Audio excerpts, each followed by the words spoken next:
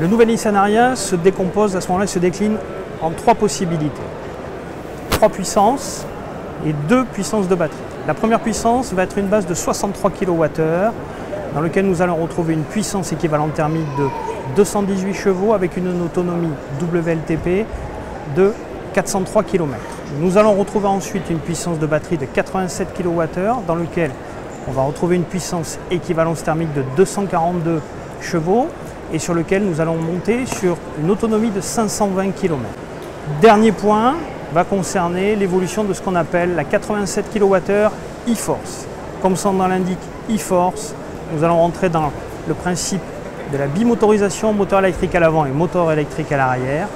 On augmente encore la puissance, on bascule sur une puissance cumulée à 306 chevaux. Et bien sûr, comme on a une sollicitation qui est une sollicitation un petit peu plus importante de par la puissance du véhicule, on va perdre un petit peu d'autonomie en ce qui concerne le véhicule. On va basculer sur 490 km, là aussi en norme WLTP.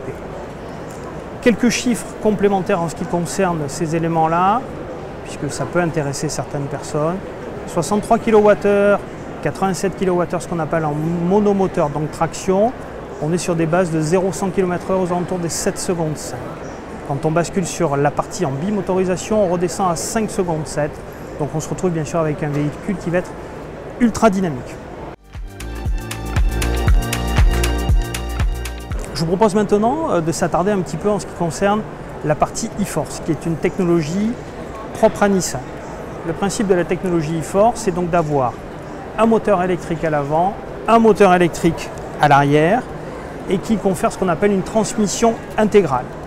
La particularité de ce système-là, c'est qu'on a une puissance moteur à l'avant et à l'arrière qui va être identique. On a une puissance 160 kWh aussi bien à l'avant qu'à l'arrière. Ça permet plein de choses.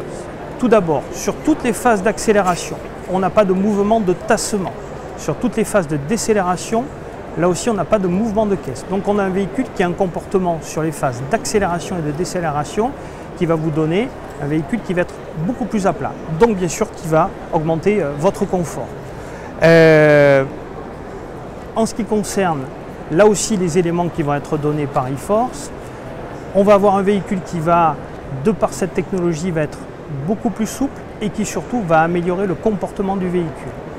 En fait, on a d'intégrer sur cette typologie-là et sur le modèle e-Force ce qu'on appelle des nouveaux calculateurs.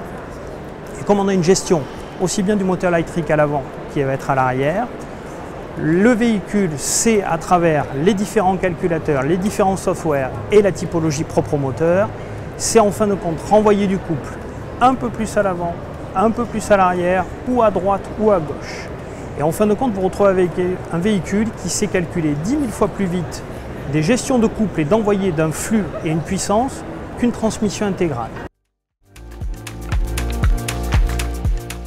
Le résultat de tout ça, c'est amélioration bien sûr de la tenue de route, amélioration du confort, amélioration de la sécurité et bien sûr de se retrouver avec des performances qui vont être accrues en ce qui concerne à ce moment-là le véhicule.